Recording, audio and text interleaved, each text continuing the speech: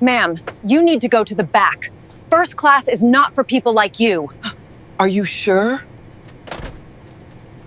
Mom, you need to move. This seat isn't for you. The sentence landed harder than it should have. Not loud, not shouted, but sharp, clean, meant to cut. For a brief second, the entire first-class cabin went still. The soft clink of glass stopped. A man halfway through a sip of sparkling water froze with the rim touching his lips. Somewhere behind, a seatbelt clicked open and then closed again, uncertain. Ashley Carter stood in the aisle, posture straight, chin slightly raised. Her voice carried just enough authority to sound official, just enough edge to sound personal. In seat 2A, Margaret Hayes looked up slowly. She didn't rush, didn't flinch, didn't react the way people usually do when they're called out in public. Her eyes met Ashley's, calm, clear, almost patient. There was a pause, long enough to feel uncomfortable, short enough that no one stepped in. Margaret closed the thick manual resting on her lap. The cover was worn, edges softened by time and use, not a novel, not a magazine, something technical, dense. "I'm sorry," Margaret said, her voice low, even. "Is there a problem?" Ashley didn't smile. She didn't soften. She pointed, not aggressively, but directly. "Yes, there is. This is a first-class seat." Another pause. The implication didn't need explanation. Around them, eyes started to move. Quietly, carefully, like people watching something they knew they shouldn't, but couldn't look away from. Margaret glanced down at her boarding pass, still tucked neatly inside her jacket pocket, then back up. "I understand," she said, "and I believe there may have been a last-minute change at the gate."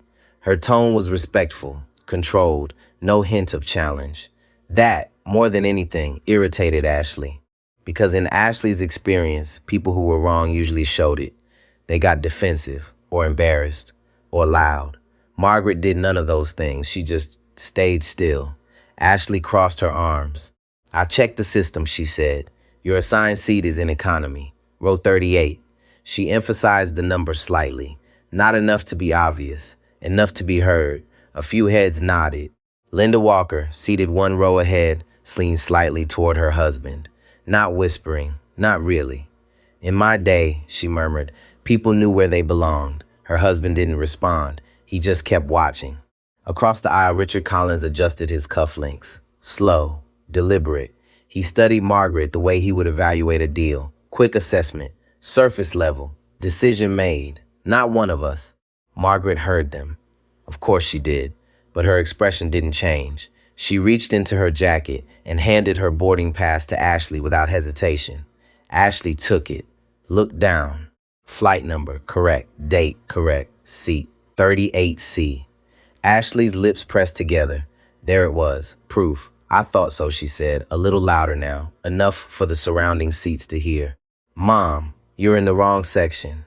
She handed the pass back, but didn't release it immediately. Just held it for a second longer than necessary. A silent reinforcement. Margaret took it gently. No tension, no pull, just acceptance. "I see," Margaret said. Then, after a beat, "There may still be a note on the system. If you could check with Captain Brooks, he might be aware of the change." That did it. Ashley let out a short breath through her nose. Not quite a laugh. Not quite disbelief. "I don't need to check with the captain for a seating issue," she replied. Her voice tightened. "This is straightforward." The words hung there. Straightforward. Simple. Clear. Margaret looked at her, really looked this time. Not confrontational, not submissive, assessing. There was something in that look that didn't fit the situation. Something that didn't belong in a quiet passenger being told to move. Something steady, measured. Ashley felt it and didn't like it because it made her feel uncertain. And Ashley Carter did not like uncertainty. Not in her cabin, not on her flight. Behind them, a phone lifted slightly. Sophie Turner, seated near the aisle in row 4, angled her screen just enough to capture the exchange. Her thumb hovered over the record button for half a second, then pressed. The small red light blinked on. Back in seat 2A, Margaret folded her hands over the manual. "If there's confusion," she said, "I prefer we resolve it quietly, without disturbing everyone." Her voice was still soft, but now there was something else under it. Not authority, not yet. Something close. Ashley straightened. Mom, what's disturbing everyone is that you're refusing to follow instructions. The tone had shifted, subtle, but real. This wasn't customer service anymore. This was control. Margaret didn't move, didn't raise her voice, didn't argue. She just sat there, holding Ashley's gaze. And for a moment, neither of them spoke. The cabin air felt heavier, thicker, like pressure building before something breaks. Around them, people shifted in their seats, pretending not to stare, failing, because everyone understood what this was now. Not a mistake, not a mix-up, a judgment, made quickly, accepted easily, enforced confidently. Margaret finally nodded once, slow, deliberate. I understand your position, she said. Then she paused, just long enough.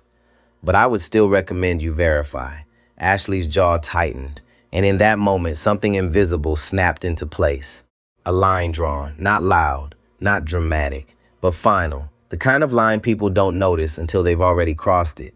Ashley didn't step back. She stayed right there in the aisle, blocking the space, holding the moment in place like she owned it. Mom, I'm not going to repeat myself again, she said. Slower now, each word more deliberate. You need to gather your things and move to your assigned seat. A few seats behind, someone shifted, the leather creaking softly. The low hum of the aircraft systems filled the silence between sentences. It felt louder now, like everything else had faded. Margaret didn't move. Her hands rested lightly on the closed manual. Fingers still, relaxed, no tension in them. That, more than anything, unsettled Ashley. Because people who were caught usually moved. They apologized. They explained. They tried to fix it. Margaret did none of that. She just stayed exactly where she was. I'm not refusing, Margaret said quietly. I'm asking you to confirm. Ashley let out a breath, sharper this time. There's nothing to confirm. Her voice carried now, not loud, but firm enough that it reached the surrounding rows. This is not a discussion. This is a policy issue. Across the aisle, Richard Collins leaned back in his seat, crossing one leg over the other. He watched like it was a meeting that had gone off script. This is how it starts, he muttered, just loud enough for the woman next to him to hear. You let one person bend the rules, then everyone thinks they can. Linda Walker nodded immediately. Exactly, she said. Standards matter. Otherwise, what are we even paying for? Their words slid into the air like quiet approvals. Ashley heard them and straightened just a little more. Authority reinforced. Margaret heard them too. She didn't look at them. But something in her eyes shifted, just slightly, not anger, not hurt, recognition, like she had heard this tone before, in other places, other rooms, other situations, and knew exactly how it always played out. From row 4, Sophie adjusted her grip on her phone. The screen glowed faintly in her hand. Comments were already starting to appear. This is uncomfortable. Why is she not moving? This feels wrong. Sophie swallowed. Her heart was beating faster than it should have. Not from fear, from instinct. Something about this didn't sit right. Back at the center of it, Ashley took a small step forward, closing the distance. Mom, she said, lowering her voice slightly, as if that made it more professional. If you don't comply, I'll have to escalate this. Margaret finally leaned back a fraction, not retreating, just adjusting. I understand escalation, she said. A pause. Then softer. I've spent most of my life around it. Ashley blinked, just for a second. The sentence didn't fit. It didn't belong in this space. But she pushed past it. That doesn't change what's happening right now, Ashley replied. You're in a seat you didn't pay for. Margaret tilted her head slightly. Is that what you believe this is about? Ashley didn't answer, because the answer felt too simple, too obvious. And yet, something in Margaret's tone made it feel incomplete. Before Ashley could respond, a voice came from behind. What's going on here? Rachel Adams stepped into the aisle, her presence immediate, controlled, experienced. She didn't rush. She didn't need to. The room adjusted to her. Ashley turned slightly, relief flashing across her face. Unauthorized seating, she said quickly. Economy passenger in first class, refusing to move. Rachel's eyes moved to Margaret. Quick scan, clothes, bag, posture. Same conclusion, different delivery. Mom, Rachel said, her tone smooth but firm. We need to resolve this immediately so we can prepare for departure. Margaret met her gaze. I agree, she said. Then she added, just as calmly, that's why I've asked for this to be verified with the captain. Rachel's expression didn't change, but something behind her eyes hardened. The captain is busy with pre-flight procedures, she said. This is not something that requires his involvement. Margaret nodded once, as if she expected that answer. I see. A beat passed. Then Rachel continued. Here's what's going to happen. You're going to collect your belongings and move to your assigned seat. Now. The word landed heavier than the rest. Now. Final. Around them, the tension tightened. People leaned forward slightly, waiting, because this was the moment, either compliance or something else. Margaret looked down at her hands, then at the manual, then back up. Her eyes moved slowly from Rachel to Ashley to the surrounding faces. She saw it all, the certainty, the quiet judgment, the lack of doubt, and then she spoke. I want to be clear, she said. Her voice was still soft, but now it carried. You're making this decision without verifying the information I've given you. Rachel didn't hesitate. Yes, no apology, no uncertainty, just a decision. Margaret held her gaze for a long second, then nodded again once, slow, understood. The shift was subtle, but real, because in that moment something changed. Not in the room. In Margaret, she reached down, picked up her bag, not rushed, not defeated, just deliberate. Ashley stepped back slightly, making space. Rachel watched closely. Margaret stood, and when she did, the difference became visible. Not in her clothes, not in her posture, in her presence. It was quiet, but it filled the space. For a brief second, even the murmurs stopped. Margaret adjusted the strap of her bag over her shoulder, then looked at Rachel one last time. You may want to remember this moment, she said. Not a threat, not even a warning, just a statement. Rachel didn't respond because there was nothing to respond to. From her perspective, the situation was already resolved. Margaret stepped into the aisle and began to walk, slow, steady, every step measured. As she passed each row, eyes followed her, some satisfied, some uncomfortable, some avoiding her completely. Linda watched her go, lips pressed thin. That's how it should be, she said quietly. Richard nodded. Order matters. Behind them, Sophie kept recording. Her throat felt tight now, because something about the way Margaret walked didn't feel like someone being removed. It felt like someone allowing it. And that difference was everything. At the front of the cabin, Ashley exhaled. Relief, control restored, situation handled. She smoothed her uniform, glancing briefly at Rachel. Rachel gave a small nod, approval, but neither of them noticed the silence that followed Margaret down the aisle, or the way the air seemed to shift behind her, or the feeling that something important had just been missed. Margaret didn't look back. She walked past the curtain that separated first class from the rest of the plane, and the air changed the moment she crossed it. The lighting was harsher here, the seats tighter, the space louder, more alive. Conversations didn't pause the same way. People didn't pretend not to look.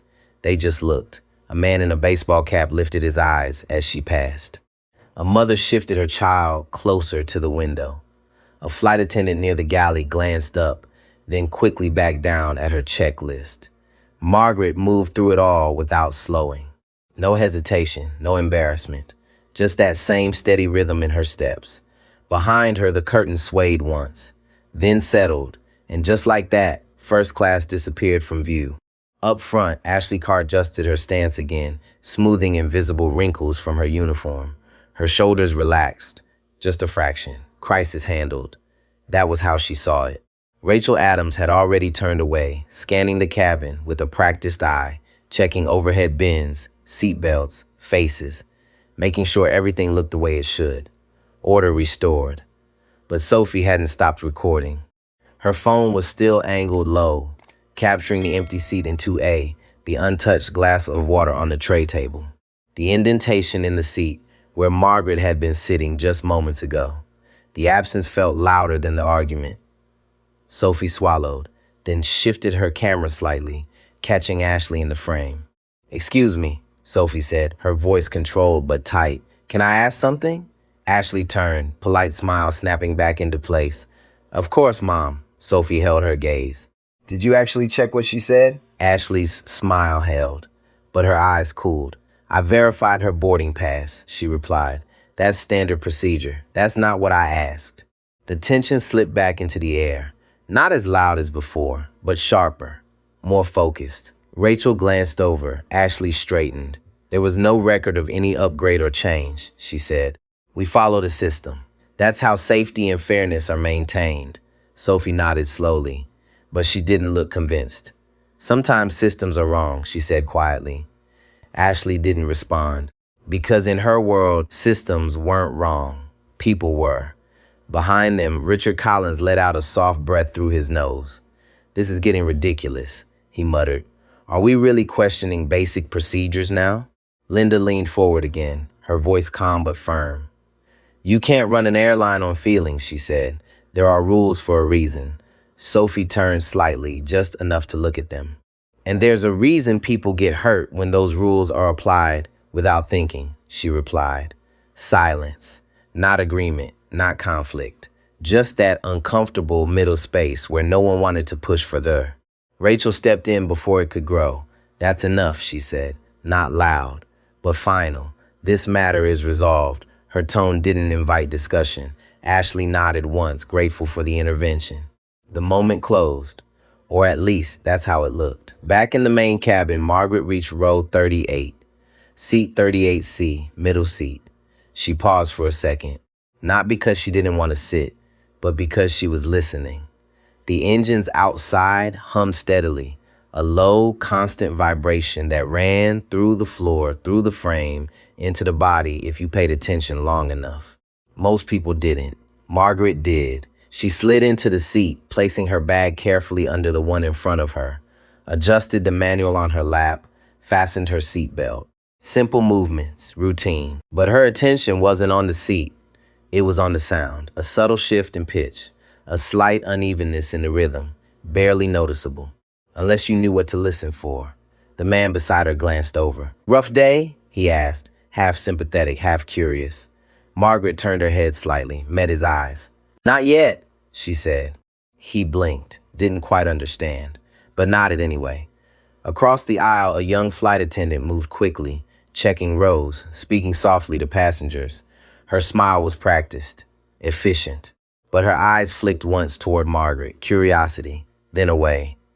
Margaret looked down at her hands. They were steady, always had been, even in worse situations than this, much worse.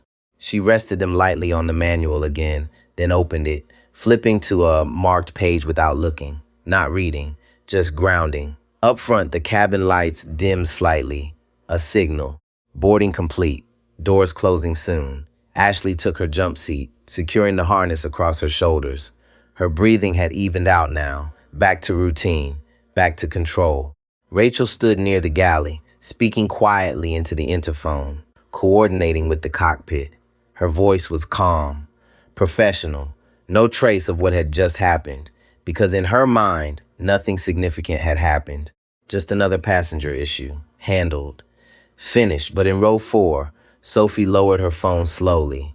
She didn't stop the recording, she just lowered it, because something didn't feel finished, not even close.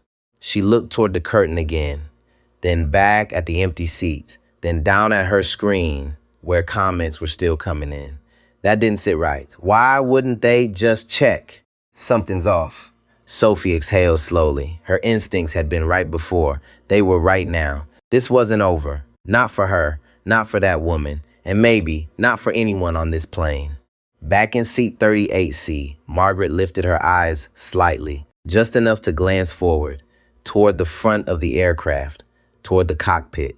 Her expression didn't change, but something behind it sharpened, focused, measured, like someone quietly recalculating, because whatever had just happened back there wasn't the problem. It was just the beginning.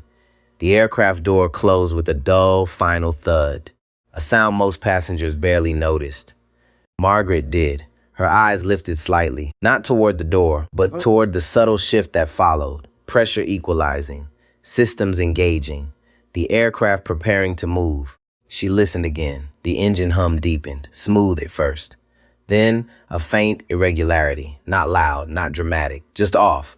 The man beside her leaned back, adjusting his seatbelt. Finally, he muttered, "Thought we were going to be here all night." Margaret didn't answer. Her focus stayed on the sound, a low vibration under her feet, slightly uneven, like a rhythm that missed a beat every few cycles. Most people wouldn't notice. Most people weren't trained to. Up front, Ashley Carter went through the safety checks, her voice steady as she recited instructions she had delivered hundreds of times. Seatbelts fastened, tray tables up, electronic devices in airplane mode, routine, predictable, controlled. Rachel Adams stood near the forward galley, scanning the cabin one last time before takeoff. Her eyes moved quickly, efficiently. Nothing out of place, nothing to question, because in her mind, anything that needed questioning had already been handled. In row 4, Sophie Turner didn't put her phone away. She lowered it, yes, but her thumb hovered near the screen, watching, waiting. Her gaze flicked between the front of the cabin and the curtain. Something about that empty seat still bothered her, not the seat itself. The way it became empty, too fast, too certain. Back in row 38, Margaret closed her eyes for a brief moment, not to rest, to focus. She replayed the sound in her head, compared it, measured it, there, again, that slight lag in the engine cycle. Her fingers tapped lightly against the manual, once, twice, not nervous. Calculating, the aircraft began to move. A slow pushback from the gate. The floor shifted beneath them. A subtle roll backward, then a pause. Margaret opened her eyes. Her gaze lifted again, this time toward the ceiling panels. Listening deeper now, hydraulic systems, electrical flow, air circulation, all of it forming a pattern only she seemed to hear. Beside her, the man glanced over again. "You okay?" he asked. "You look like you're listening to something." Margaret turned her head slightly. "I am," she said. He chuckled softly. "Hope it's good news." Margaret didn't smile. "Not yet," she replied. The man's expression faded, not because of the words, because of how she said them. Calm, certain, like she wasn't guessing. Up front, Ashley finished her checks and took her seat for taxi. Her hands rested neatly in her lap, her breathing even. She felt good. The situation earlier, resolved, handled correctly. That was how she framed it, because questioning it would mean questioning herself. And Ashley Carter didn't do that. Not easily. Rachel picked up the interphone again, speaking briefly with the cockpit. Cabin secure. Her voice was steady, professional. She didn't mention the incident, because it didn't matter. Not anymore. The plane began to taxi. A slow, controlled movement along the runway. The engines adjusted, their tone shifting slightly as power increased. Margaret's head tilted just a fraction. There it was again, that unevenness. More noticeable now, still subtle, still easy to dismiss, but it shouldn't be there. Not on a system this well maintained, not before takeoff. Her eyes narrowed slightly, not in fear, in focus. Across the aisle, a young mother tried to calm her child, who had started to fuss. "It's okay," she whispered. "We're just moving." The child didn't settle. Something in the air felt different, even if no one could explain why. In first class, Richard Collins poured himself another drink, completely at ease now. "Back on schedule," he said, almost to himself. Linda nodded. "Good. I have a meeting tomorrow morning. Can't afford delays." They had already moved on. The moment forgotten, filed away as a minor inconvenience. That was the thing about people like them. They didn't sit with discomfort. They erased it, replaced it with certainty. Back in row 4, Sophie leaned slightly toward the aisle, trying to get a better view forward. She couldn't see Margaret anymore, but she could feel the absence, like a missing piece in a picture that didn't quite make sense. Her phone buzzed softly in her hand. More comments, more reactions. People were watching, judging, just like the passengers had. The difference was, out there, some of them were questioning it. In here, no one was. The aircraft turned, lining up for takeoff, engines building power, a deeper roar now. Stronger, more force. Margaret's hand tightened slightly on the edge of the manual, not panic, awareness. The vibration increased, normal. Then, not quite, a slight shudder, barely noticeable, but it wasn't consistent. Her eyes lifted again, toward the front, toward the cockpit. Distance mattered now, and she felt it. For the first time since she sat down in seat 38C, Margaret Hayes looked concerned. Not for herself, for everyone. Up front, Ashley felt the power surge as the engines pushed harder. She pressed back into her seat. Routine, familiar, safe. Rachel glanced toward the cabin one last time. Everything looked normal, but something felt off. Just a flicker, a thought she pushed aside immediately, because there was nothing visible, nothing concrete. And in her world, if you couldn't see it, it didn't exist. The plane paused for a brief second. Then the engines roared. Full thrust, acceleration. Margaret closed her eyes again, just for a heartbeat, listening, measuring, confirming. And when she opened them, the calm in her expression was still there, but now it carried something else. Decision. Because whatever was wrong was about to reveal itself. And when it did, it wouldn't ask permission. The engines roared harder, the aircraft surged forward. Passengers pressed back into their seats as the acceleration built. Steady at first, then stronger, pushing them into the moment where everything became noise and motion and force. Margaret didn't look out the window. She listened. The sound was wrong. Not dramatically, not enough for panic, but enough. Enough for someone who knew what right was supposed to sound like. A low grinding undertone, almost hidden beneath the roar. A hesitation in the engine cycle, a fraction of a second where the rhythm slipped. Her fingers tightened once on the armrest, then released. Up front, Ashley Carter kept her gaze forward, hands gripping the edge of her jump seat. Takeoff always came with intensity, but this felt heavier. She shifted slightly, a small adjustment, like something didn't settle quite right in her chest. Beside her, Rachel Adams didn't move. Her eyes stayed fixed down the aisle, counting rows, scanning faces, professional, controlled, but her jaw tightened. Just a little, because she felt it too. Not a thought, not a conclusion, just a feeling. The plane hit rotation speed, the nose lifted, the ground dropped away. And for a second, everything felt normal. Then it happened, a sharp jolt, not violent, but sudden, like something caught and released at the same time. A ripple ran through the cabin. Several passengers gasped. A glass tipped over in first class, liquid spilling across a tray table. What was that? Linda's voice cut through the air, tighter now. Richard frowned, gripping his armrest. Probably turbulence, he said quickly. Too quickly. Margaret's eyes opened fully. No, not turbulence. The sound changed again, higher pitched now, strained, like something working harder than it should. Her head turned slightly toward the wing. She didn't need to see it, she could hear it. Behind her, the young mother clutched her child closer. It's okay, she whispered again. But her voice wasn't steady anymore. The child started crying, louder this time. In row 4, Sophie sat up straighter. Her phone was already in her hand, recording again. Instinct. The aircraft climbed, but not smoothly. There was a subtle unevenness now, a slight roll. Corrected quickly, but not clean. Up front, Ashley swallowed. Her training kicked in. Stay calm. Follow procedure. Trust the system. But her hands tightened on the straps across her shoulders, because something wasn't right. Rachel leaned forward slightly, her voice low. Did you feel that? Ashley nodded. Yeah. A beat passed. Neither of them spoke again, because acknowledging it out loud made it real, and they weren't ready for that yet. In the cockpit, alarms hadn't sounded. Not yet, but indicators had shifted. Subtle changes. Numbers drifting outside ideal margins. Captain Daniel Brooks leaned forward in his seat, eyes locked on the instrument panel. Do you see that? He asked. First Officer Mark Ellis was already adjusting controls, his movements precise. I see it. His voice was controlled, but tight. Engine readings fluctuating, temperature slightly elevated, pressure inconsistent. Nothing catastrophic, but not stable, and not something you ignore.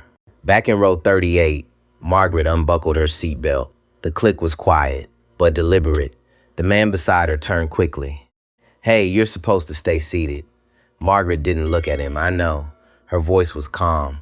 Too calm, she stood. The aircraft shifted slightly beneath her feet. She adjusted instantly. Balanced, like she had done it before. Many times. A flight attendant from the rear galley noticed immediately. Mom, you need to sit down right now. Margaret stepped into the aisle. Steady, focused. I need to speak to the cockpit. The attendant blinked, thrown off. That's not possible. You need to return to your seat. Margaret kept moving, not fast, but not stopping. Up front, Ashley saw the movement first. Her eyes widened slightly. Rachel turned, saw Margaret walking forward. Her expression hardened instantly. Mom, sit down immediately. Her voice cut through the cabin. Sharp, commanding. Passengers turned again. The tension snapped back into place, stronger than before. Margaret didn't stop, didn't argue, just kept walking, step by step, controlled. Rachel stood up, blocking the aisle. You need to sit down now. Margaret stopped in front of her, close enough that Rachel could see her eyes clearly. There was no panic in them, no confusion, just certainty. And that unsettled her more than anything else. There's a problem with the left engine, Margaret said. Quiet, direct. Rachel froze for half a second, then shook her head. You don't know that. Margaret held her gaze. I do. Ashley stood up now too, her voice sharper. This is not the time for this. Sit down or we will restrain you. A few passengers gasped. The word hung in the air. Restrain. Margaret didn't react, but her tone changed. Just slightly, lower, more grounded. Every second you delay matters. Rachel felt something shift in her chest. Not belief, not yet, but doubt, small, unwanted. Behind them, the aircraft shuddered again, stronger this time. A low vibration ran through the floor. Sophie's phone shook slightly in her hand. She didn't stop recording. Something's wrong, she whispered, not to anyone, to herself. Back at the front, Rachel hesitated, just for a moment, and Margaret saw it. That crack, that hesitation, that opening. Let me through, Margaret said. Not a request, not a command. Something else, something heavier, something earned. Rachel's breath caught, because for the first time since this started, she wasn't sure she was in control anymore. Rachel didn't move. For a second, maybe less, the world narrowed to the space between her and Margaret. The aisle felt tighter, the air heavier. Behind them, the aircraft vibrated again, not violently, but deeper now. A low tremor that ran through the structure, like a warning that hadn't found its voice yet. Ashley stepped forward. This is your last warning, she said. Her voice was firm, but it carried a strain that hadn't been there before. Margaret didn't even look at her. Her eyes stayed on Rachel. Listen to the engine, Margaret said quietly. Rachel's brow tightened. I am not going to. Listen. One word, soft.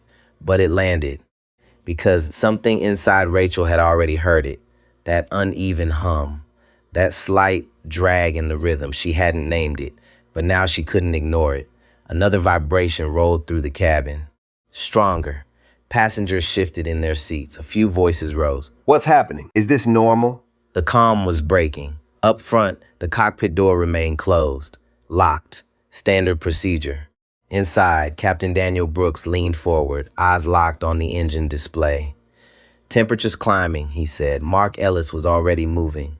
Fuel flows unstable. I'm seeing pressure drops. His hands moved across the panel. Precise, fast, controlled. But his breathing had changed. Shorter, faster. Because this wasn't routine anymore. Back in the aisle, Rachel exhaled slowly. Her training told her to stop this, control the passenger, maintain order. But her instincts were starting to say something else. Margaret leaned in slightly. Not aggressive, not threatening, just closer. You don't have time to be wrong, she said. Rachel felt it, that shift, that moment where authority stopped feeling solid. Ashley grabbed Rachel's arm. Don't, she whispered. We can't let her through. Rachel didn't answer, because she was listening now, really listening. The engine noise surged, then dipped, then surged again. Not smooth, not consistent. Her stomach tightened. Something was off, and suddenly Margaret wasn't the problem anymore. Rachel stepped aside. Just half a step. Small, but enough. Ashley's eyes widened. Rachel, what are you doing? Margaret didn't wait. She moved past them, toward the cockpit. Ashley reached out, grabbing her wrist. You're not authorized. Margaret stopped, turned, and for the first time, her voice carried something sharp. Neither is hesitation when people's lives are at risk. Ashley froze. The words hit harder than the grip. Margaret pulled her hand free, not violently, just decisively, and kept walking. Passengers watched, some confused, some afraid, some starting to understand. Sophie's camera followed every step. Her heart was pounding now. "This is not normal," she whispered. "This is not normal." Margaret reached the cockpit door. She didn't knock immediately. She listened first, head slightly tilted, counting, timing, confirming. Inside, the alarm finally sounded. A sharp tone cut through the cockpit. Mark cursed under his breath, left engines exceeding limits. Daniel's jaw tightened. Throttle back. "I'm trying." The aircraft dipped slightly, a subtle loss of balance. Corrected, but not clean. Margaret raised her hand and knocked. 3 short. Too long. 3 short. The pattern was precise, not random. Inside the cockpit, both pilots froze. Daniel looked at Mark. What the hell was that? Mark's eyes narrowed. That's not a passenger knock. Another vibration hit. Harder. The aircraft shuddered. Passengers gasped. A woman screamed. Margaret knocked again. Same pattern. Exact. Inside, Daniel made a decision against protocol, against training, but not against instinct. "Open it." Mark hesitated. "Are you sure?" "No time." The lock disengaged. The door cracked open. Daniel expected confusion, panic, a problem he could manage. Instead, he saw Margaret, standing still, calm, focused, like she had been here before, many times. "Who are you?" Daniel asked. Margaret met his eyes, and for the first time she answered fully. "Margaret Hayes," she said, a beat, then retired Air Force, Aviation Systems Command. Silence. Not long, but enough. Everything shifted. Mark stared at her, trying to process. Daniel didn't hesitate. He stepped back. "Get in." Margaret moved into the cockpit. The door closed behind her, sealing off the chaos. Inside, the air felt different, tighter, more focused, more real. Margaret's eyes went straight to the panel, scanning, reading, understanding, fast, very fast. "Left engine instability," she said, not asking. Mark nodded. "Temperature spike, pressure fluctuations. We're trying to stabilize." Margaret leaned closer. Her eyes moved across the data, then stopped. There, a detail, small but critical. "You're compensating too late," she said. Daniel frowned. What? "The delay in your correction. It's feeding the instability." Mark blinked. "That's not possible. The system is lagging." Her voice cut through, clean, certain, manual override.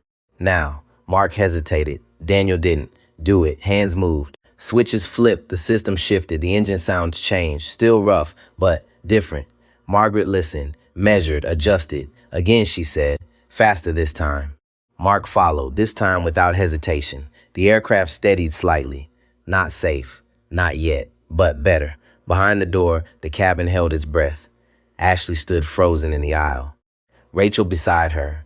Neither speaking, neither moving, because they both knew. Everything had changed. The woman they tried to remove was now the only reason this plane still had a chance. The cockpit fell into a different kind of silence, not quiet, focused. Every sound had meaning now. Every second mattered. Margaret didn't sit. She stood just behind the pilots, one hand resting lightly on the back of Mark's seat, eyes locked on the instrument panel. "Hold that input," she said. Mark kept his hand steady on the controls. The engine whine shifted again, less chaotic, still unstable, but no longer spiraling. Daniel glanced at her. "You've seen this before." It wasn't a question. Margaret didn't look at him. "Not exactly this configuration," she said, "but close enough." Another tremor rolled through the aircraft, short, sharp. Mark exhaled through his teeth. "We're losing margin." Margaret nodded once. "I know." Her eyes quickly across the displays. Temperature, pressure, fuel flow, all connected, all feeding into each other, like a system trying to correct itself and failing. "Your correction window is too wide," she said. Daniel frowned. "Explain." "You're waiting for full deviation before reacting. That lag is pushing the system further out of balance." Mark shook his head slightly.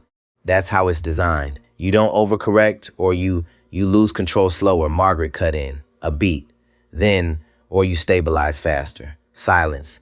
Daniel made the call. "Tighten the window." Mark adjusted. Smaller inputs, faster response. The engine sound shifted again. Not smooth, but tighter, more contained. Margaret listened. Her head tilted slightly. "Yes," she said. "That's it." Outside the cockpit, the cabin was no longer calm, not yet panic, but close. Voices were rising, people asking questions, looking around, searching for answers no one was giving. Ashley stood in the aisle, trying to maintain control. Everyone stay seated. Keep your seatbelts fastened. Her voice was steady, but her hands weren't. Rachel moved beside her, more grounded, more present. She leaned toward a passenger who was starting to stand. "Sit down, sir," she said. Firm, direct. He hesitated, then obeyed, because her tone left no room for argument. But her eyes flicked toward the cockpit door, again and again, because now she knew she had been wrong. And the weight of that realization was starting to settle. In first class, Richard Collins wasn't speaking anymore. His drink sat untouched, his fingers gripping the armrest. Linda stared straight ahead, her earlier certainty gone, replaced by something quieter, fear. In row 4, Sophie didn't lower her phone. Her voice was barely above a whisper. "She's in the cockpit," she said, to the world watching her screen. "She's actually in the cockpit." The comments flooded in, faster than she could read. But she didn't need to. She could feel it, the shift. The story wasn't about discrimination anymore. It was about survival. Back inside the cockpit, Margaret stepped closer. "Engine response is improving," she said. Mark nodded. "But it's still fluctuating." Margaret's eyes narrowed. "Because the route isn't fixed." Daniel's grip tightened on the controls. So what are we dealing with? Margaret took a breath, measured, controlled. "Thermal imbalance feeding into fuel instability," she said. Mark blinked. "That shouldn't escalate this fast." "It wouldn't," Margaret replied, "if everything else was perfect." A pause, then it's not. Another alarm chirped, short, sharp. Daniel swore under his breath. "We're not going to hold this forever." Margaret nodded. "I know." She looked up. Out the front window, the Zaska stretched ahead, clear, endless, and completely irrelevant, because the problem wasn't out there, it was inside. "Where's the nearest divert option?" she asked. Mark was already checking. "Denver is still closest." Daniel nodded. "We turned back." Margaret didn't argue. "Do it now." Daniel banked the aircraft. A slow turn, controlled. But the shift in direction made the instability more noticeable. The engine protested, a deeper vibration, a harsher tone. Margaret braced slightly. "Ease the transition," she said. "Don't force it." Daniel adjusted, smaller movements, more precise. The aircraft responded, barely, but enough. Behind them, the cabin tilted. Passengers gasped. A woman cried out. Ashley grabbed the back of a seat to steady herself. "What's happening?" Someone shouted. Rachel stepped forward. "We are adjusting our flight path. Stay seated." Her voice cut through the noise, not loud, but strong, because now she believed there was a reason. Back in the cockpit, Margaret's focus never broke. "We're buying time," she said. Mark nodded, but not much. Margaret's jaw tightened. She knew that. Time was the one thing they didn't have. Her eyes moved again, searching, analyzing. Then there, a small detail, easy to miss, a pattern in the fluctuation. Not random, not chaotic, predictable, if you knew what to look for. "The spike isn't constant," she said. "It's cycling."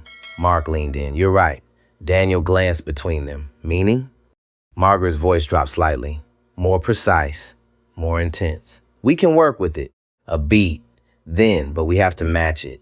Daniel didn't hesitate. "Tell us how." Margaret stepped closer. Her presence filled the space now, not because she was louder, but because she was certain. "On the next drop," she said, eyes locked on the readings, "adjust before it hits." Mark's hands hovered over the controls, waiting, watching. The numbers dipped. Margaret spoke. Now, Mark moved. Quick, precise. The engine responded, not perfectly, but better, much better. The vibration softened, just a fraction, but it was enough to feel, enough to believe. Daniel exhaled slowly. "That's working." Margaret didn't smile. "Do it again." And in that moment, the balance of the entire aircraft shifted. Not physically, but in control. Because the woman they had pushed to the back of the plane was now the only one who understood how to keep it in the air. The rhythm held for a moment, then slipped again, a small drop, a quick spike. The engine didn't fail, but it fought. Margaret's eyes stayed locked on the pattern. "Again," she said. Mark followed. Input before the drop. Correct before the surge. The engine responded. not stable, but less chaotic. Daniel adjusted the aircraft's pitch slightly. Speed is dropping, he said. We're trading stability for lift. Margaret nodded. I know. Her voice stayed calm, but her mind was moving fast. Too many variables. Too little time. Keep the nose where it is, she said. Don't chase the speed yet. Daniel hesitated. That went against instinct, against training. You sure? Margaret didn't look at him. If you chase it, you'll overload the system. A beat. Then, trust me, Daniel did. Not because he knew her, because he saw the results. The engine stabilized again. Just enough. Mark exhaled. That bought us something. Margaret shook her head. Not enough. Another vibration. Shorter this time. Sharper. The aircraft shivered, like something inside it was trying to break free. Outside the cockpit, the cabin had changed. Fear was no longer quiet. A man stood up halfway before Rachel pushed him back into his seat. Sit down, she said.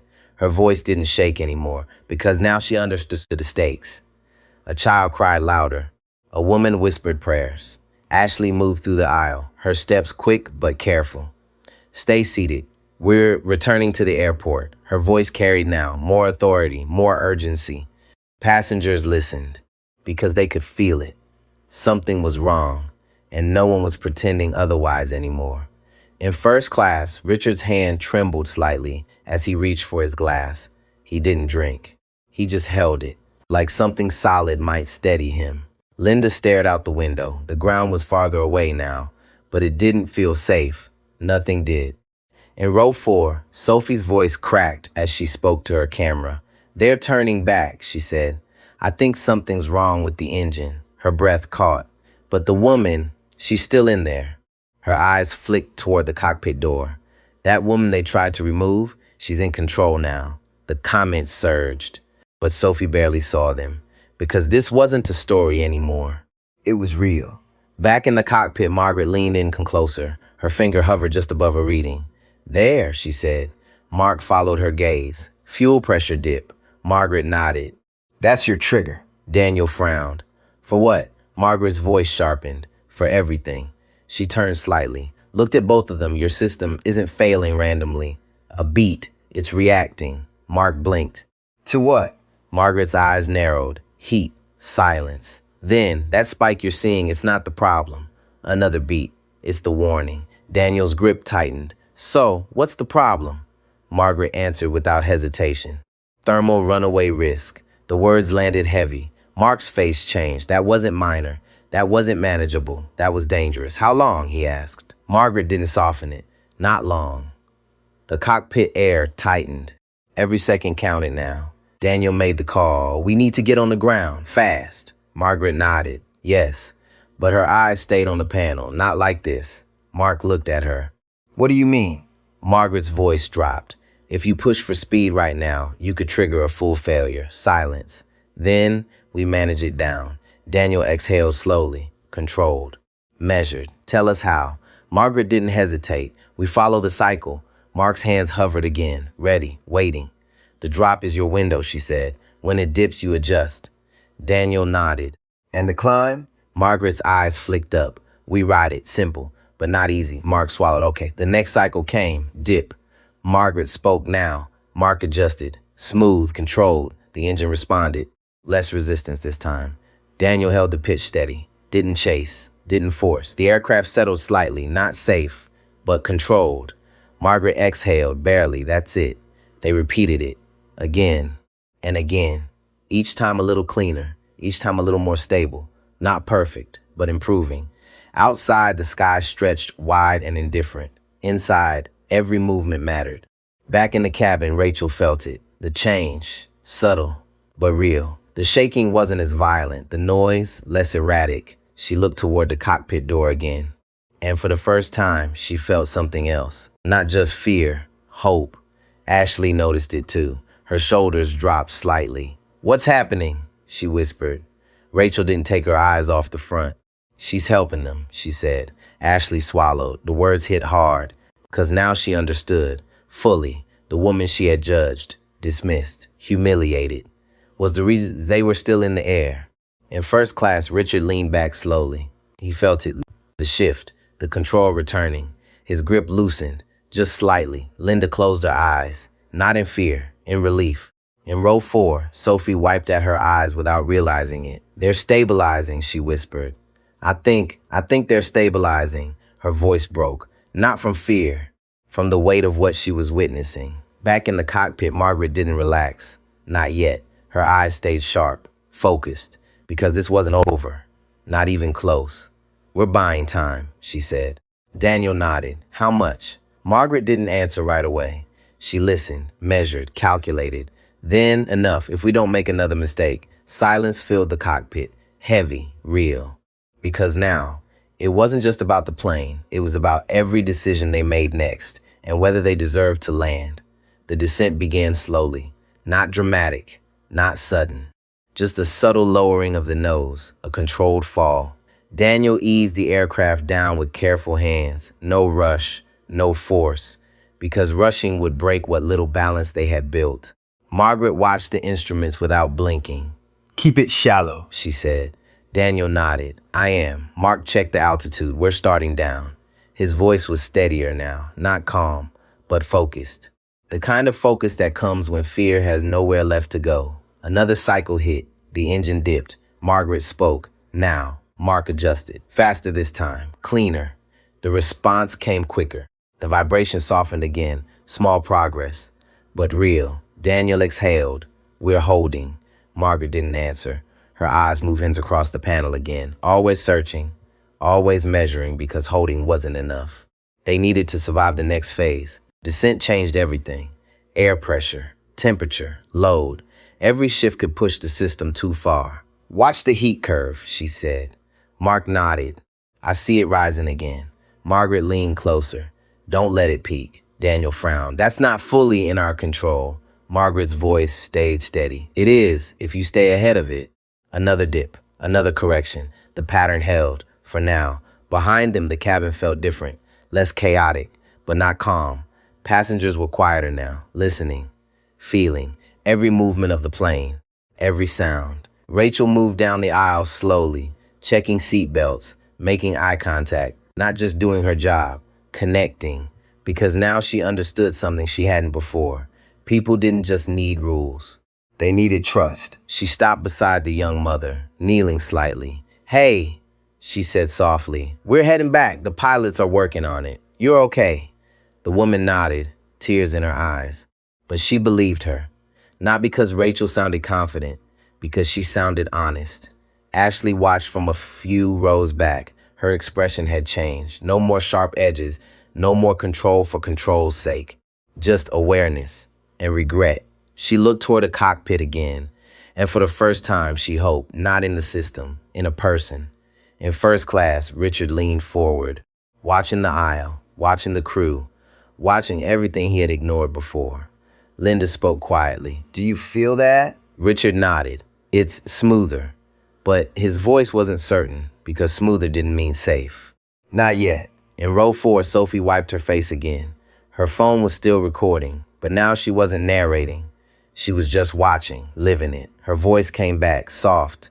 They're trying to land. A pause. I think they're trying to land. Back in the cockpit, Margaret straightened slightly. We need to prepare for the worst case, she said. Daniel's eyes flicked to her.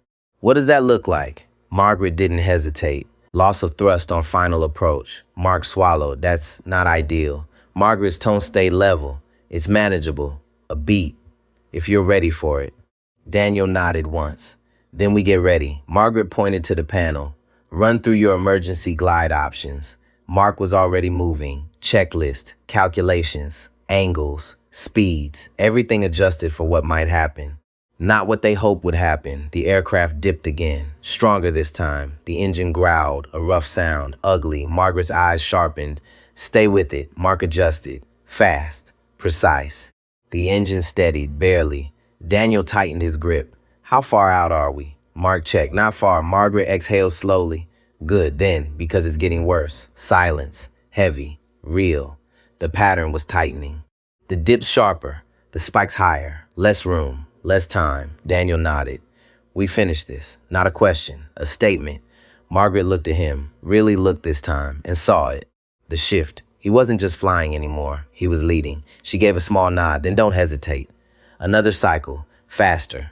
Harder. Margaret spoke now. Mark moved. The correction hit. The engine responded. Not smoothly, but enough. Daniel adjusted the descent, holding the line, holding the plane, holding everything together. Behind the cockpit door, the cabin held its breath. Rachel gripped the back of a seat, not from fear, from focus. Ashley stood still, not moving, not speaking, just listening, because now she knew everything depended on what was happening on the other side of that door. In first class, Richards closed his eyes, not in defeat, in reflection, because for the first time he understood how wrong he had been and how close they all were to paying for it. In row 4, Sophie whispered again, "Come on." Not to the camera, not to the world, to them, to the people fighting to keep the plane in the air. Back in the cockpit, Margaret's voice cut through the noise. Final phase. Daniel nodded. "Let's bring it home." And in that moment, 3 people who had never met before today became the only thing standing between life and a mistake no one would survive. The runway lights appeared in the distance, small at first, then clearer, a line of white cutting through the dark. Daniel leaned forward slightly. "I have visual." His voice was steady, but tighter than before. Mark adjusted the descent profile. "We're a little high." Margaret didn't look up, corrected gradually. Daniel nodded. No sudden moves. The aircraft responded slowly, heavy, like it didn't fully trust its own systems anymore. Another cycle hit, harder. The engine dropped, then surged, louder than before. The cockpit shook. Margaret's voice cut in instantly. "Now." Mark adjusted, faster, more aggressive. The response came, but delayed, too delayed. Margaret's jaw tightened, it's slipping. Daniel kept his hand steady. "Hold it." The runway grew larger, closer, but not close enough. Not yet. Behind them, the cabin had gone silent. No more questions, no more panic, just waiting. Rachel stood near the front, her hand pressed flat against the bulkhead, feeling every vibration, every shift. Her eyes were fixed on the cockpit door. Ashley stood a few rows behind. She wasn't giving instructions anymore, wasn't trying to control anything. She just watched and listened, because now she understood something simple. Control isn't about power. It's about knowing when you don't have it. In first class, Richard gripped the armrest again, but this time he wasn't angry. He wasn't judgmental. He was just human. Linda whispered something under her breath, a prayer, or maybe just a hope. In row 4, Sophie lowered her phone slightly, not because she stopped recording, because her hands were shaking. "They're landing," she whispered, her voice barely there. "They're actually landing." Back in the cockpit, Margaret stepped closer, her eyes locked on the glide path. "Speed is dropping too fast." Mark nodded. "I see it." Daniel adjusted the throttle, careful, measured. The engine responded, but slower now, less reliable. Margaret spoke again. "Don't wait for it." Daniel glanced at her, meaning, anticipate the drop, a beat, stay ahead of it. The next cycle came. Margaret didn't wait. Now, Mark adjusted early.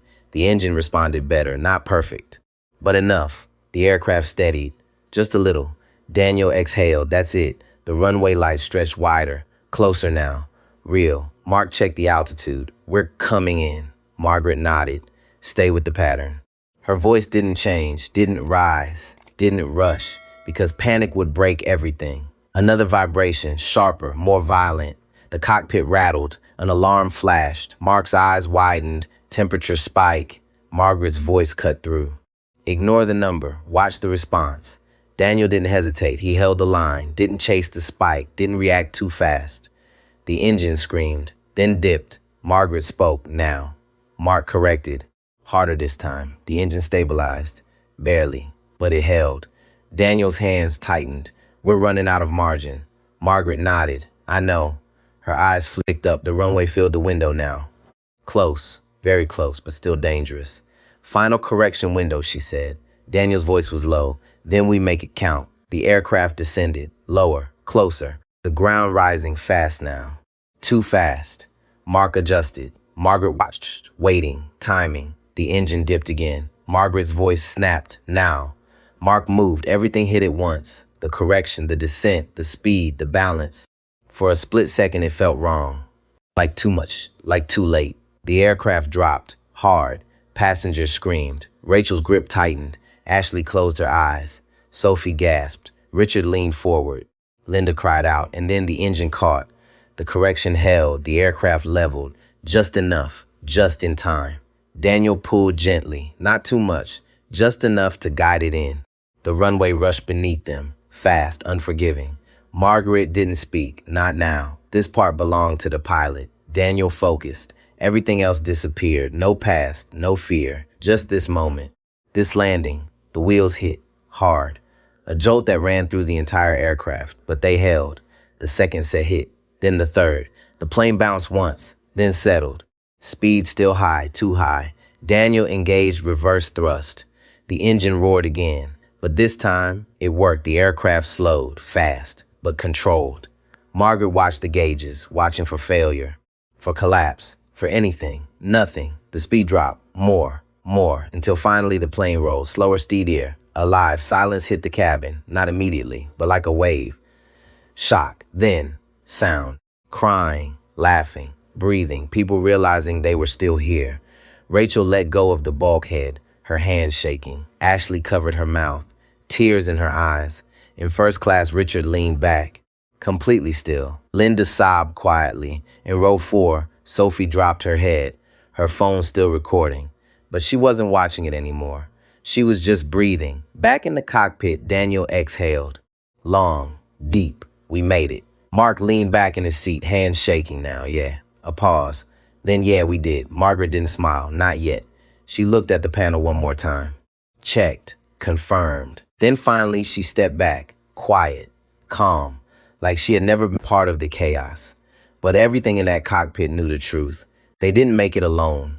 They made it because someone they almost ignored refused to let them fail. The aircraft slowed to a crawl, then stopped. For a moment, no one moved. Not the passengers, not the crew, not even the air inside the cabin. It felt like the entire plane was holding its breath. Then it broke.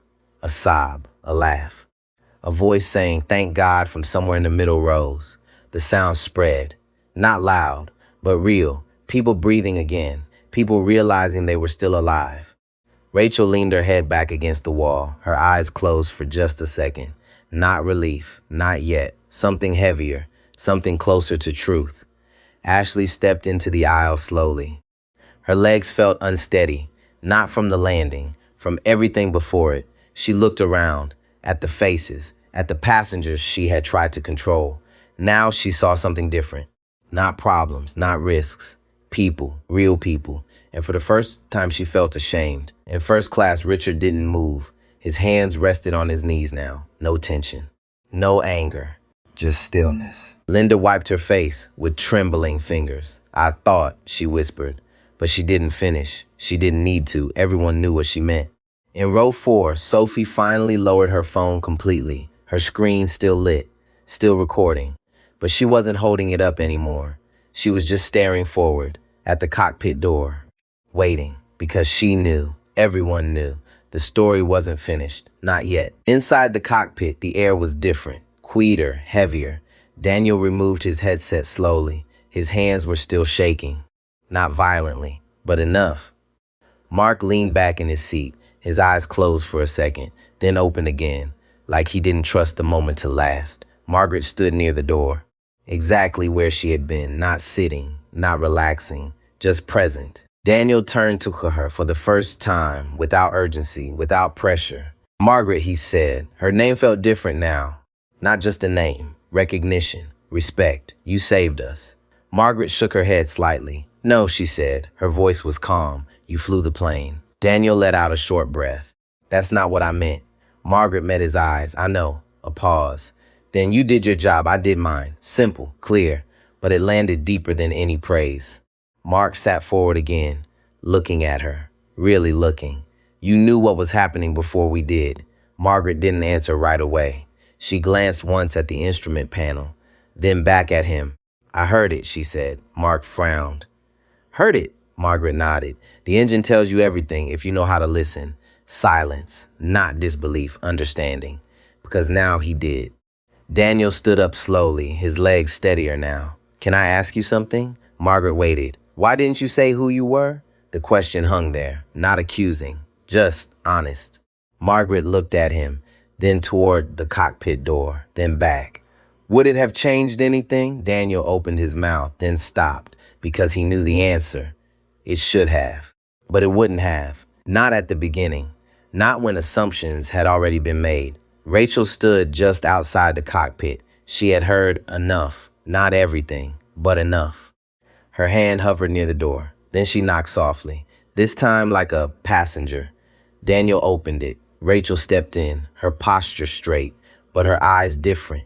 She looked at Margaret, not with authority, not with judgment, with something else, something quieter. I owe you an apology, Rachel said. No hesitation, no excuse. Margaret didn't respond immediately. She just watched her. Rachel continued. I made a decision based on what I thought I saw, not what was real. Her voice didn't shake, but it carried weight. I didn't listen. A pause.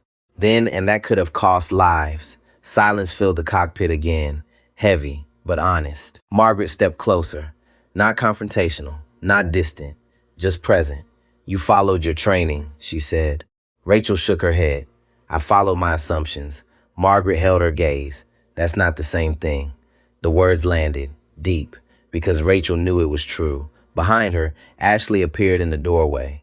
She didn't step in. She just stood there, listening, her face pale, her eyes filled with something she hadn't shown before. I'm sorry, Ashley said. The words came out quickly, like they had been waiting. I thought I was doing my job. Margaret looked at her. You were. Ashley blinked, confused. Margaret continued. But your job isn't just to enforce rules. A beat is to understand people. Ashley swallowed, her throat tight. I didn't. Margaret didn't soften it. No, she said, you didn't. The truth sat there, uncomfortable, but necessary. Rachel stepped back slightly, giving space, not because she had to, because she chose to. Daniel looked between them, then back at Margaret. You should be the one making the announcement, he said. Margaret shook her head. That's your role. Daniel nodded slowly, but he didn't argue, because he understood. Leadership wasn't about taking credit, it was about knowing your place. He stepped forward, reaching for the intercom. The cabin waited. Every passenger, every breath, every heartbeat, waiting for someone to explain what just happened and why they were still here. Daniel pressed the intercom. The soft click echoed through the cabin. Every sound stopped, every voice faded. Passengers leaned forward, waiting, listening. Daniel took a breath, not rushed, not forced. Measured. This is Captain Daniel Brooks speaking. His voice carried, calm, clear, different now. We are safely on the ground. A wave moved through the cabin, not loud but powerful. Relief, real. Some people cried, some laughed, some just sat there staring, trying to process it. Daniel continued. We experienced a critical engine issue during climb. A pause, not for drama, for truth. Our crew worked together to bring the aircraft down safely. He could have stopped there, most would have, but he didn't. However, that word changed the room again. Every ear sharpened, every breath slowed. We had help. Silence, pure, focused. Daniel's voice softened slightly. There was someone on board with experience far beyond what we expected. In row 4, Sophie sat up straighter, her eyes locked on the cockpit door. In first class, Richard leaned forward again, listening, really listening this time. Rachel stood still in the aisle, Ashley beside her, neither moving, because they knew what was coming. Inside the cockpit, Margaret didn't move, didn't react. She just stood there, quiet. Daniel continued. Her name is Margaret Hayes. A ripple moved through the cabin, soft, confused, curious, but building.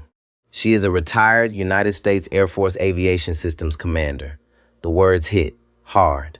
People looked at each other, at the aisle, at the front, trying to connect the name to the woman they had seen, the woman they had judged, the woman they had ignored. Sophie's hand tightened around her phone, her voice barely a whisper. Oh my God, in first class, Richard's face changed. Completely. Not disbelief, realization. Linda covered her mouth, tears falling freely now. Daniel's voice remained steady. She recognized the issue before we did. A pause, and she helped guide our response when it mattered most. Rachel closed her eyes, just for a second, Because now everyone knew.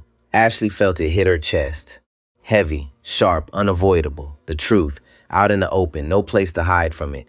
In the cabin, people began to turn, looking back, looking for her, row by row, searching. Margaret. The name moved through the space like a current. In row 38, the empty seat beside where she had been sat quietly, a silent reminder of where she had been placed, of what had almost happened. Sophie stood up slightly, not fully, just enough to look, to see, to understand. Daniel finished. On behalf of the entire crew and every passenger on this aircraft, a breath, a real one, thank you. He released the intercom. The silence held for half a second. Then applause, not loud at first, scattered, uneven, then growing, stronger, real. Passengers clapped, some standing, some crying, some just staring forward, hands trembling as they brought them together. It wasn't about celebration. It was about recognition, about truth, about something bigger than themselves. Rachel stepped back into the aisle. The sound hit her. Each clap felt like a reminder, not of what was done right, of what had almost gone wrong. Ashley didn't clap. She couldn't. Her hands stayed at her sides, because for her, this wasn't a moment of pride. It was a moment of understanding. And it hurt. In first class, Richard stood slowly, his applause steady, measured, but his eyes weren't proud. They were humbled. Linda stood beside him, clapping through tears, because she knew They had been wrong. so wrong. Back in the cockpit, Daniel turned to Margaret. The applause echoed faintly through the door. He gave a small nod. They know. Margaret didn't react, not outwardly. She just listened to the sound, to the meaning behind it. Then she spoke, quiet, almost to herself. They didn't need to. Daniel frowned slightly. What do you mean? Margaret looked at him. Respect shouldn't come after proof. The words settled, deep. Mark looked down at the panel, not because there was anything left to check, because he needed a second to sit with that. Rachel stepped back into the cockpit doorway. She heard it, every word. And this time, she didn't argue, didn't explain, didn't defend. She just nodded, because now she understood. Out in the cabin, the applause slowly faded, but the feeling didn't. It stayed in the silence that followed, in the way people looked at each other, in the way they looked at the front of the plane. Something had shifted, not just in the air, in them. Sophie raised her phone again, not to capture the moment, but to say something. Her voice was steady now, stronger. This isn't just about a flight, she said. This is about how fast we decide who matters and how wrong we can be. She lowered the phone because that was enough, more than enough. Back in the cockpit, Margaret stepped toward the door, ready to leave, ready to return to the place she had been sent. Not because she belonged there, because that was where she had been placed. Daniel noticed. You don't have to go back there, he said. Margaret paused, just for a second, then turned, her expression calm, controlled. I was never out of place, she said. A beat.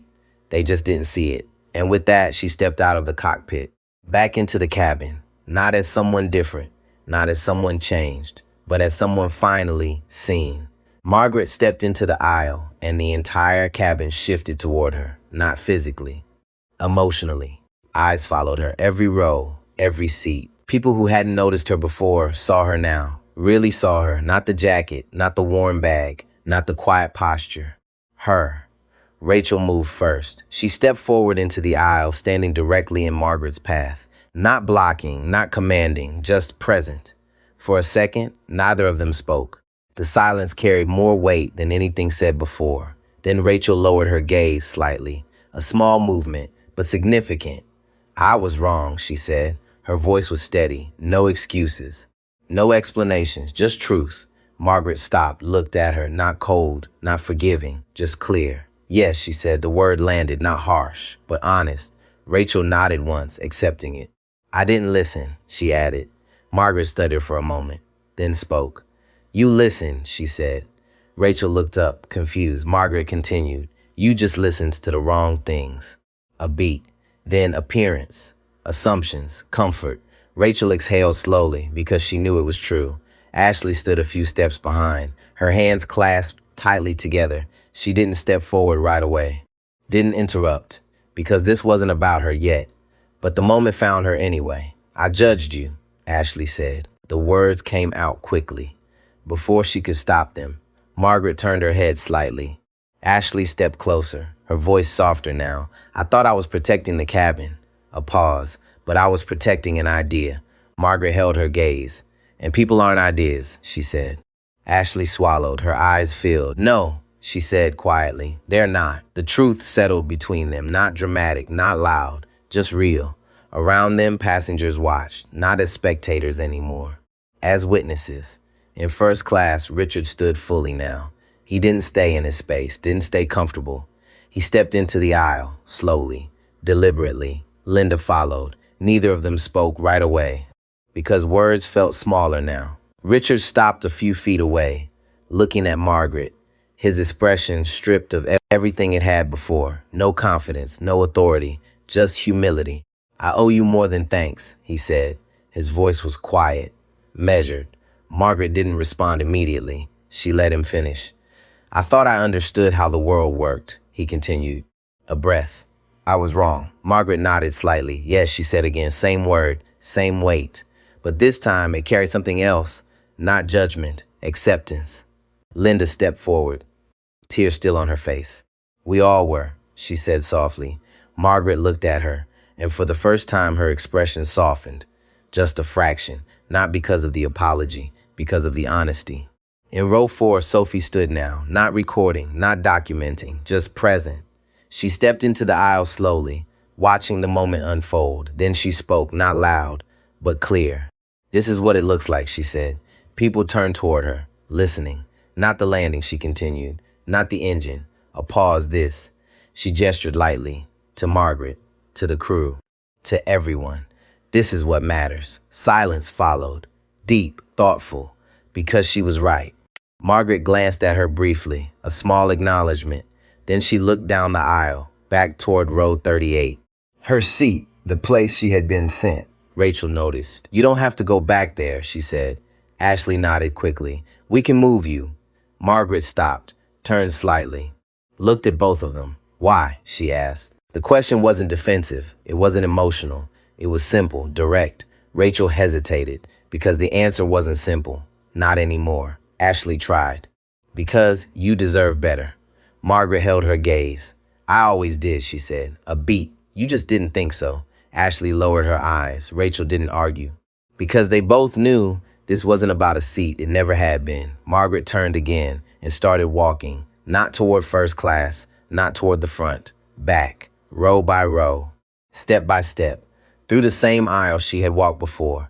But everything had changed. Passengers moved their legs aside, not out of obligation, out of respect. Some nodded, some whispered thank you.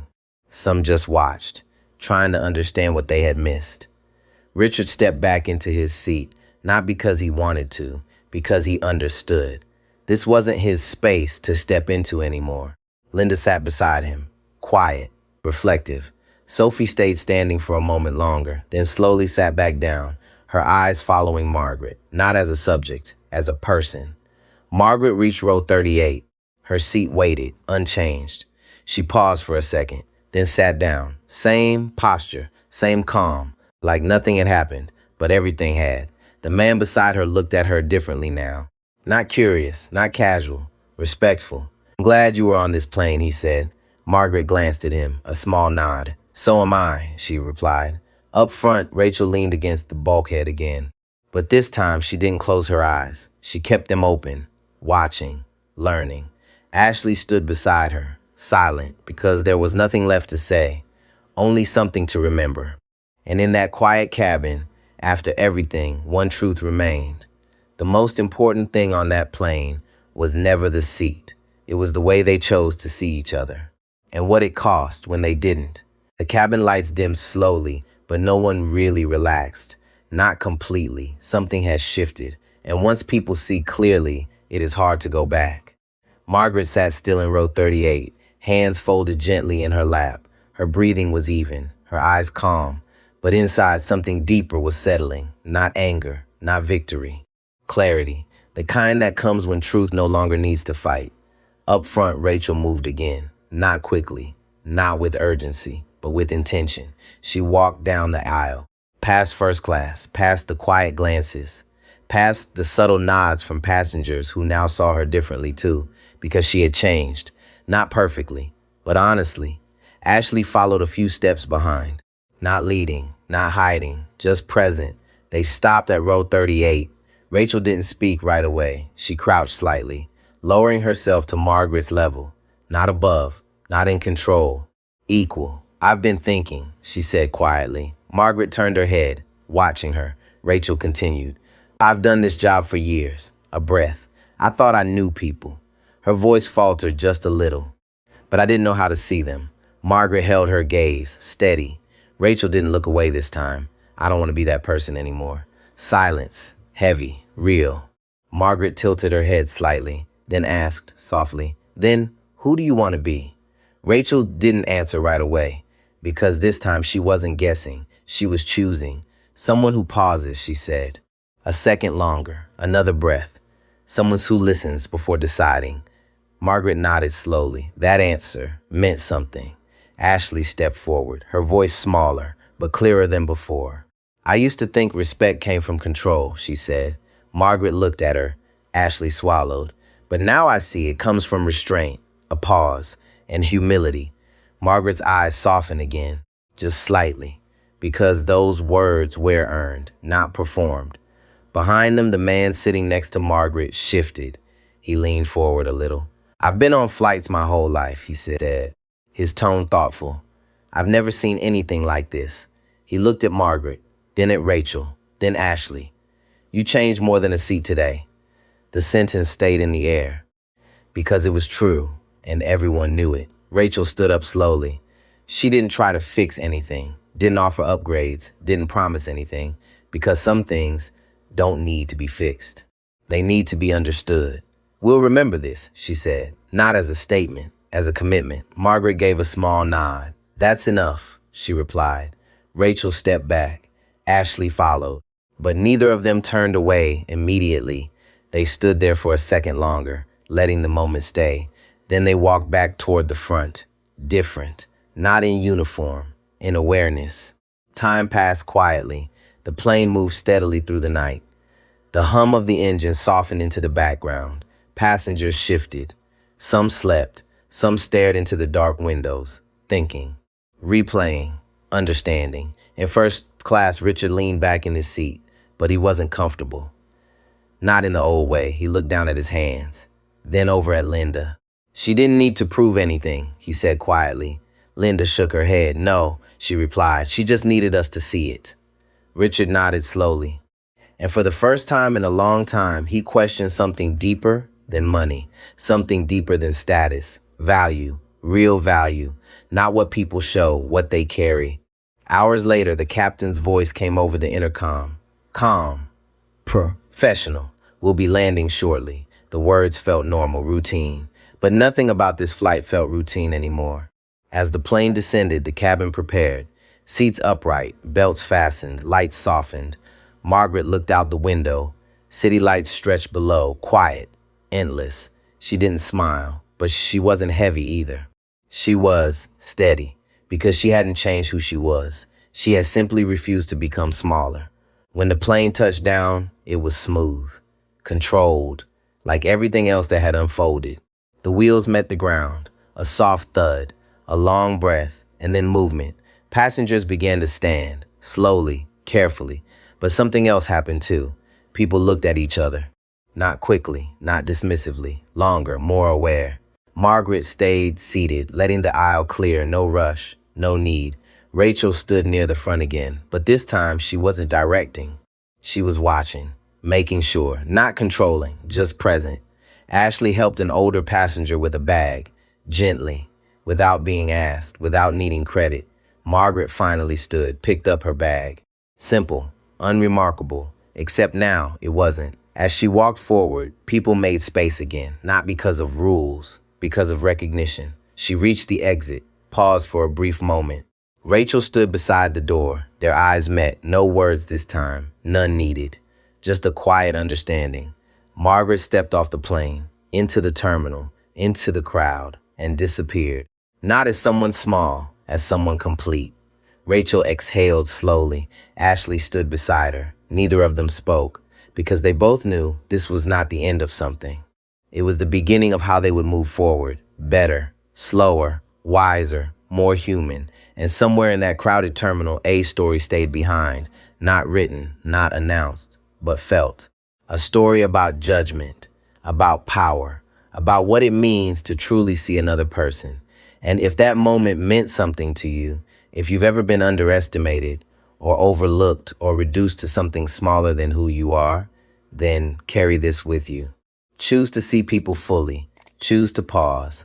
Choose respect.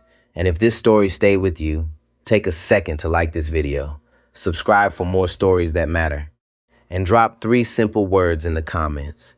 Something real, something you believe in, something like stay strong always, or respect comes first, or truth always wins. Because sometimes 3 words can't say everything.